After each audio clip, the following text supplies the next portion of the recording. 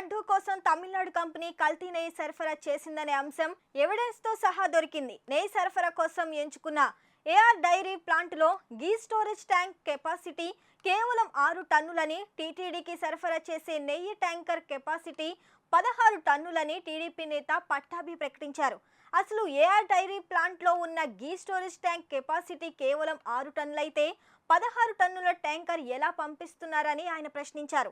అసలు ఏఆర్ డైరీకి నెయ్యి ఉత్పత్తి చేసే సామర్థ్యం లేదని, సరఫరా చేసే సామర్థ్యం లేదని, స్టోరేజ్ చేసి సామర్థ్యం కూడా లేదని తెలిపారు.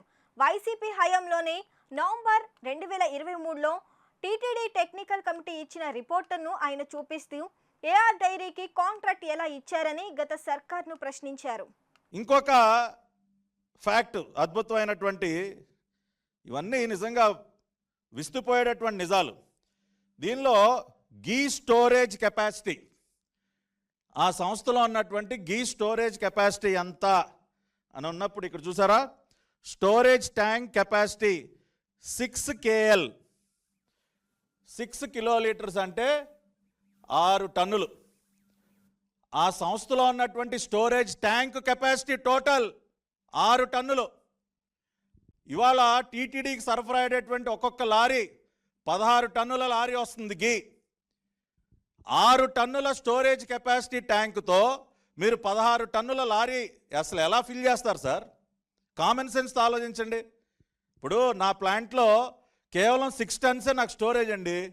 6 టన్స్ స్టోరేజ్తో 16 టన్నుల లారీని ఎలా ఫిల్ చేస్తాను నేను?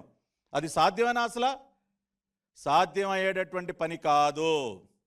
అంటే వీళ్ళకి అసలు నెయ్యి ఉత్పత్తి చేసే సామర్థ్యం లేదు, సరఫరా చేసే సామర్థ్యం లేదు, స్టోరేజ్ చేసే సామర్థ్యం లేదు అని చెప్పి టీటీడీ వాళ్ళ అఫీషియల్ టెక్నికల్ రిపోర్ట్ ద్వారానే మనకి చాలా స్పష్టంగా తెలుస్తుంది. అటువంటి ఒక సంస్థకి ఏ కుట్రలో భాగంగా ఇచ్చారు సార్?